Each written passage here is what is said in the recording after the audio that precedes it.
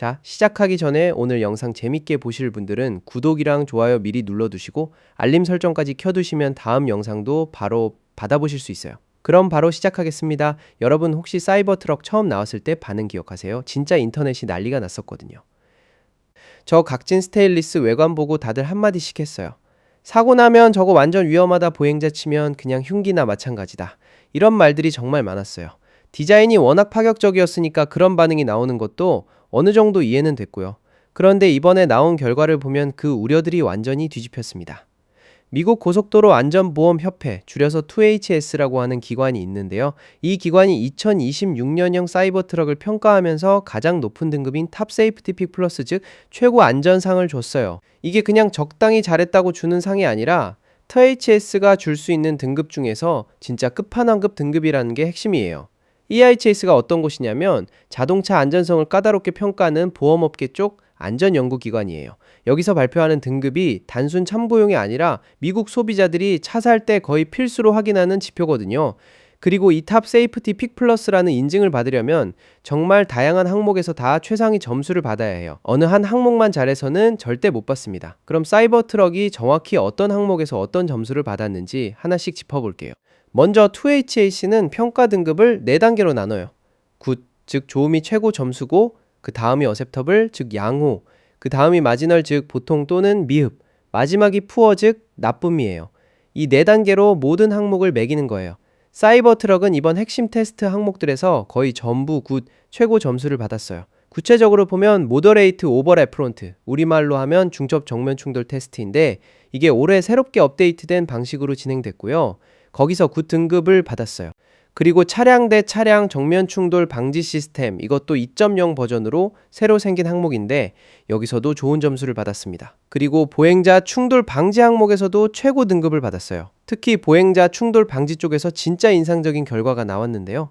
실제 현장 시험에서 사이버 트럭의 충돌 회피 시스템이 모든 보행자 충돌 상황을 다 피했다고 해요. 어떤 상황들이었냐면 낮 시간에 도로를 건너는 어린이 인형, 밤 시간에 도로를 건너는 성인 인형, 그리고 밤 시간에 차량과 평행하게 걷는 성인 인형, 이렇게 3가지 시나리오에서 전부 충돌을 피했다는 거예요. 이게 운전자가 아무것도 안 해도 차가 스스로 인지하고 멈추거나 회피했다는 뜻이니까 소프트웨어 쪽 완성도가 꽤 높다는 걸 보여주는 결과죠. 근데 사이버 트럭이 이번에 처음 이상을 받은 건 아니에요. 전체 테스트 중에서 3항목은 어셉터블, 그러니까 양호 등급을 받았고요. 한 항목에서는 마지널, 즉 보통 수준의 점수를 받았는데 이게 사이버 트럭이 받은 항목 중에 제일 낮은 점수였어요. 바로 차량용 카시트 고정장치, 이른바 차일드 시트 앵커 부분이었습니다. 그러니까 아이를 태우는 카시트를 고정하는 사용성 측면에서는 살짝 아쉬운 평가를 받은 거예요. 완벽한 만점은 아니었지만 그래도 전체적으로 보면 압도적으로 좋은 성적표였다는 게 중요한 포인트예요. 자, 이제 진짜 흥미로운 부분으로 가볼게요.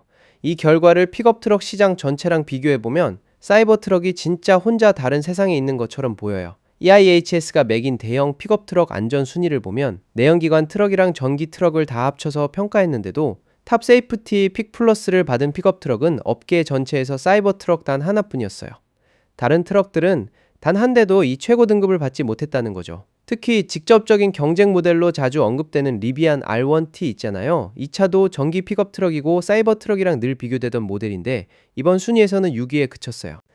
그러니까 같은 전기 픽업 트럭끼리 비교해도 사이버 트럭이 한참 앞서 나간 셈이죠. 여기서 한 가지 좀 더 자세히 봐야 할 부분이 있어요. EIHS가 밝힌 바에 따르면 이번 최고 등급은 2025년부터 2026년 사이 생산된 모델 중에서도 2025년 4월 이후에 만들어진 차량에만 적용된다고 해요. 그리고 차량 대 차량 충돌 방지 2.0 테스트 결과는 아예 2026년형 사이버 트럭에만 해당하는 결과라고 명확히 선을 그었어요.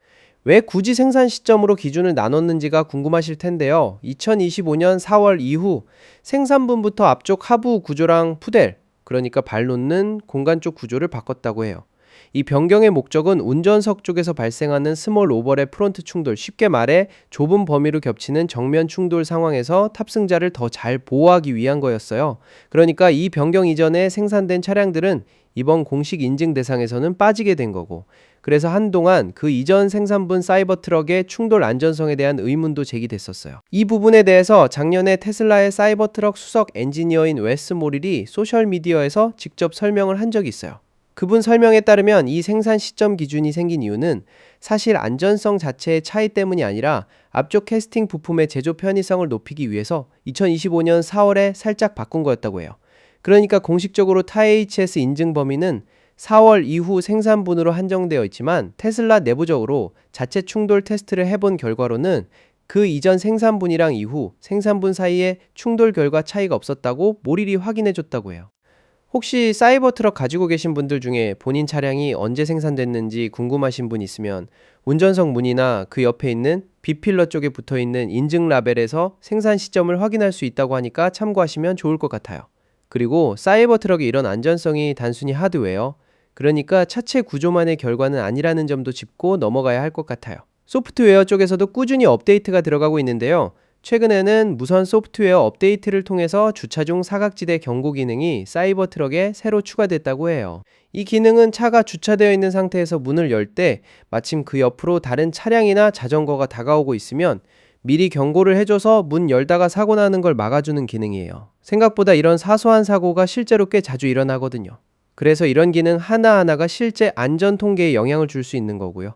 정리해보면 처음 나왔을 때 그렇게 욕먹었던 그 각진 스테인리스 디자인이 결국 이번 2HS 테스트에서는 오히려 강점으로 작용한 셈이에요. 독특한 형태와 구조 설계가 충돌 시 에너지를 효과적으로 분산시키는 데 도움이 됐다고 볼 수 있는 거고요. 거기에 보행자 충돌을 전부 회피한 소프트웨어 성능까지 더해지면서 픽업트럭 업계 전체에서 유일하게 최고 등급을 받은 모델이 된 거죠.